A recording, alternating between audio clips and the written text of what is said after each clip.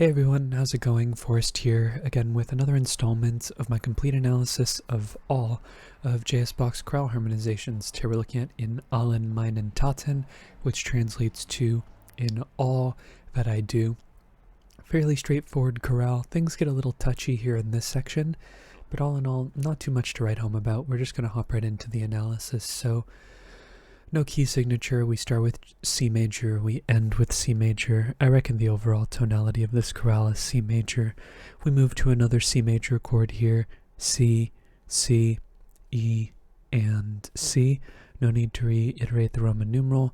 Passing tones in the alto and the bass here before we get E, C, G, and C, which is just taking our C major chord and putting it in first inversion.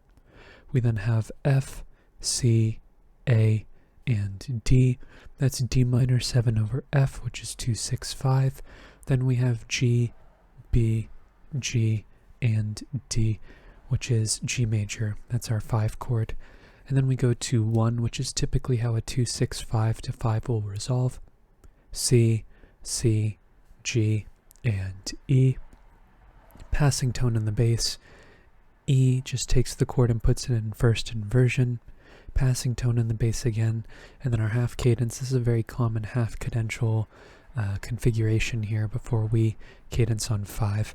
G, B, G, and D. Next phrase takes us to another cadence on G major, but this time G major is our tonic. So we're looking for a point at which we modulate, and I do believe we modulate right out the bat. We have G, B, G, and D, which is another G major chord, so we don't need to reiterate the Roman numeral in terms of C, but in terms of G, it's our tonic triad now. Then we have A, C, G, and C.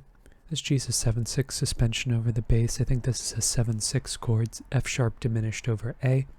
And when we see 1 going to 7-6, we typically expect 1-6 on the other side. B, D, G, and B. Tonic triad, first inversion. We then have C, E, G, and A. Starting to see something similar from the previous phrase.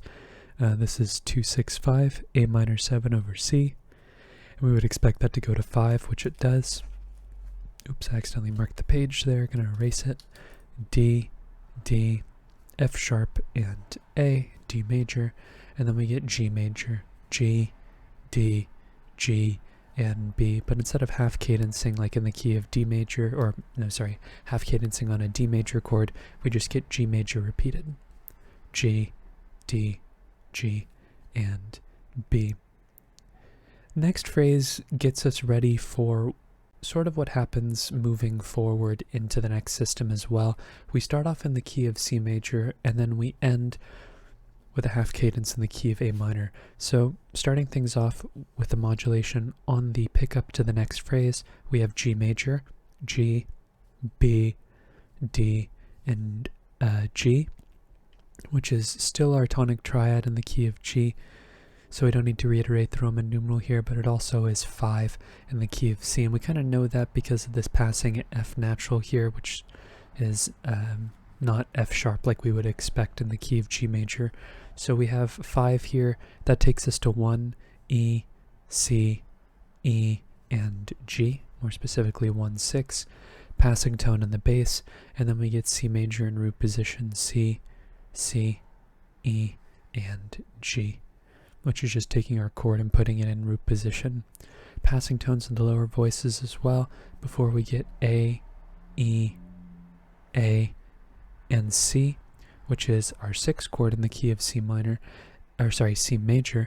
And I do think this is where we modulate to the key of A minor. We have a bit of a zone here, but the main reason why I feel like this is where we modulate has to do with the structure of the tonic triad here in this phrase, right? We have this rising stepwise motion that takes us up to our dominant, and here is where our tonic is after the resolution from our 5 chords. So I feel like this is a bit of a recycling of what happened in our first phrase, where we have 1-1-6 going to 5. So I'm just borrowing from this in terms of my analysis. So we just have 1 passing tone in the bass, 1, 6, C, E, A, and C, passing tone in the bass, and then we cadence on 5, E, E, G sharp, and B, which is E major.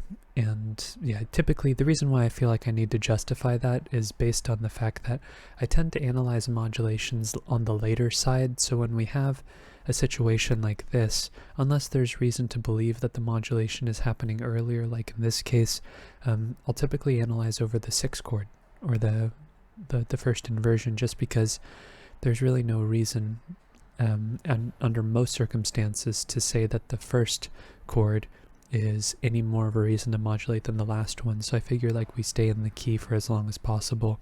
But here I feel like there's some symmetry between the first phrase and the 3rd phrase. And then we get a modulation to the key of C major, and then we get an interesting phrase here. I think it's a half cadence at the end of it, but I think that you could also make the argument that it's an imperfect authentic cadence. I'm just making the argument that it's a half cadence based on how the progression works and how the chords flow together. But if you hear it as an imperfect authentic cadence in the key of G, that's totally valid as well. This is where it gets a little touchy, like I said, because there are different interpretations. You can say we've modulated to the key of G. You can say that we've stayed in the key of C. For me, it feels very C-like, just because this B in the melody feels like it wants to resolve up to C, and that's what it eventually does. So I feel like it's more half cadential than anything else. But regardless, we start off with a direct modulation here to C. It's interesting seeing direct modulations between the relative major and the relative minor, just because they share so many chords in common. But here I feel like when you have G sharp versus G natural, that feels like a direct modulation to me, a separation of ideas, also with the rest in between that sort of contributes to it as well. But we start off with an interesting chord progression. We start off with E minor, E, E, G natural, and B, which is our 3 chord, passing 7th in the bass, and that takes us to 1, which is a bit like, 3 to 1 is kind of an unusual progression just because we don't see it a lot. We have C major, C, E, G, and E. E, yeah, sorry, it's just counting lines across the system break is difficult for me sometimes.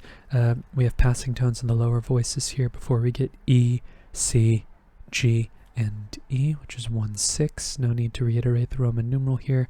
And then C is a chord tone, so we don't need to mark it. B is a passing 7th. And then we get F, A, F, and C, which is our 4 chord, F major. Passing tones in the lower voices, A, C, F, and C. It's F major in root position, in first inversion. We don't need to reiterate the Roman numeral. And this is where we go a little bit off the rails, because for me, this D major chord, despite the fact that we see 2 F sharps over the course of 2 beats, which under normal circumstances constitutes a modulation or falls in line with a modulation, that in and of itself isn't enough. It just happens to coincide with a modulation in most cases.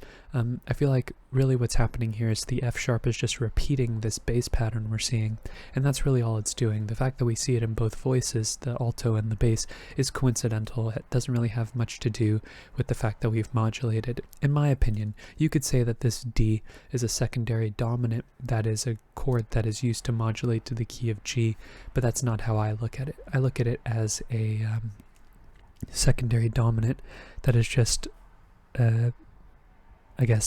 developed over 2 beats.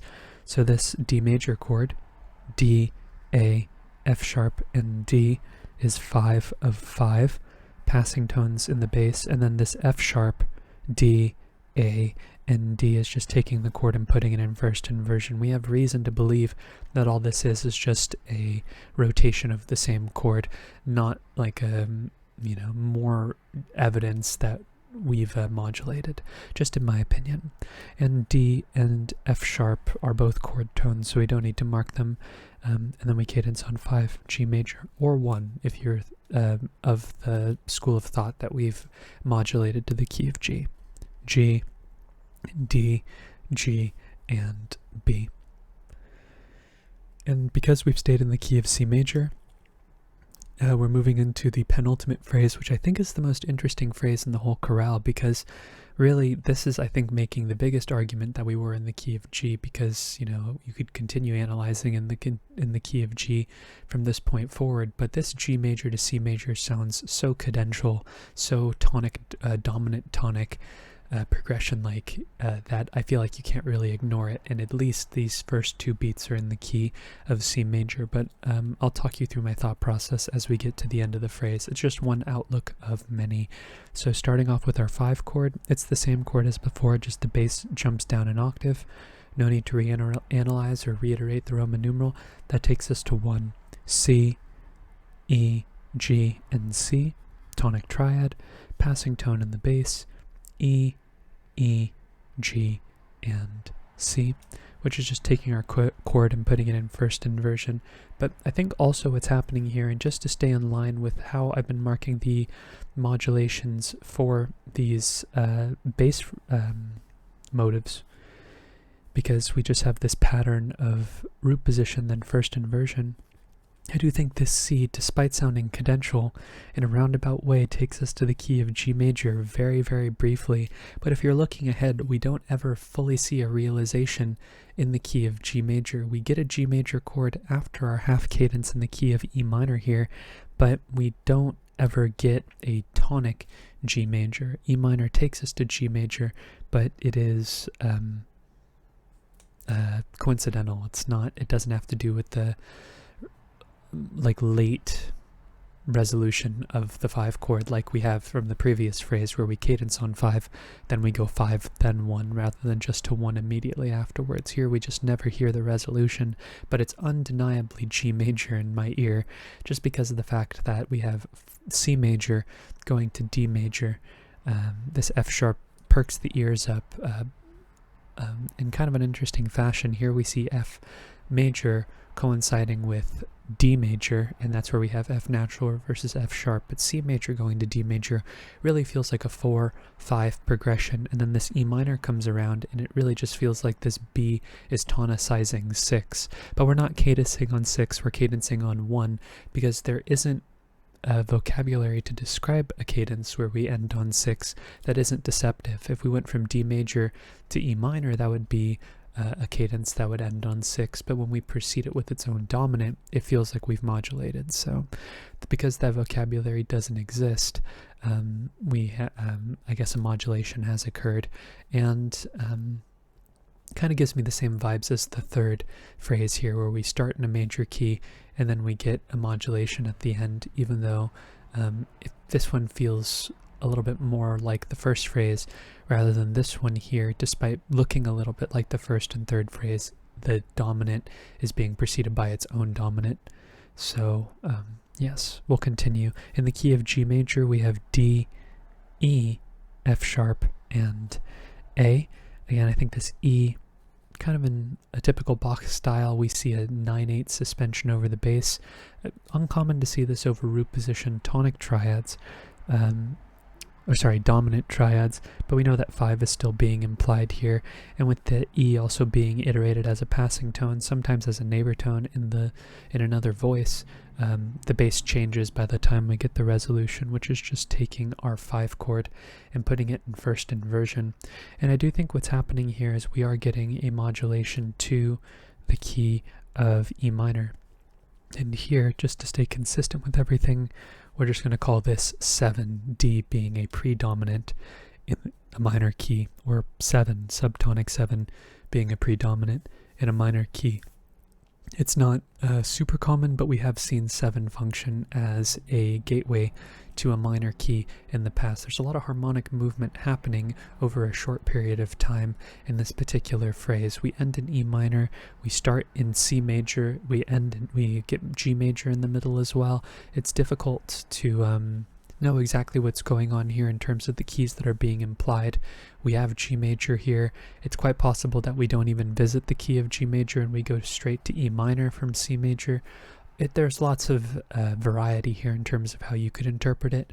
I feel like we do see G here because C going to D feels like G major to me, and the only thing that subverts my expectations is the B major that happens after the fact, which kind of feels like 5 of 5 in its own way, but in this case it would be 5 of 6.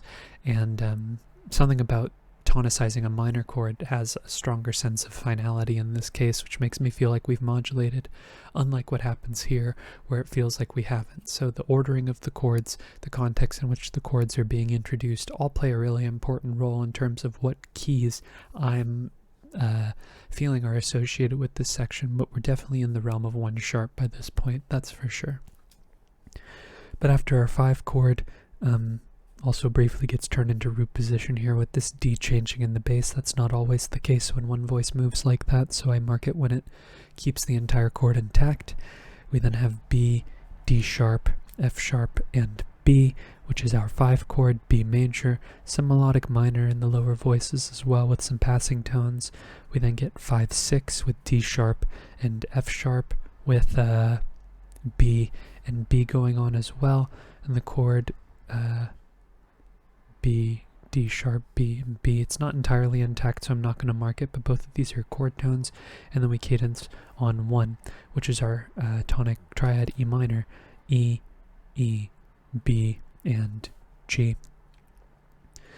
Now here is where we have a bit of room for interpretation. We could say that we have a direct modulation here, which I think is a very valid analysis. It's a toss-up for me. I'm going to analyze it as a common chord modulation where we have E going to G. It isn't until we hear this F natural here that we know we're moving to the key of C major. So I'm going to call it 3 as a common chord and call it 5 in the key of C major. It's entirely up to you how you want to analyze it though. I think a direct modulation would be just as sufficient. We have seen E minor contextualized as a object of direct modulation in this chorale as well, so I feel like this is just as valid. But yeah, we've also seen C major get modulated too through a G chord with that passing F as well, so it's entirely up to you how you want to analyze that. It's based on how you hear it and what makes sense to you. They're both valid opinions. But afterwards we get E, G, C, and C, which is our tonic triad in first inversion. Neighbor tone in the bass. We then have E, B, F, and D. E is an accented non-chord tone here. It's this D that makes the chord a 7/6 chord, B diminished over D. And when we see this chord progression here, it's like the retrograde of this chord progression. We see it all the time. We would expect the tonic triad after this, which is what we get.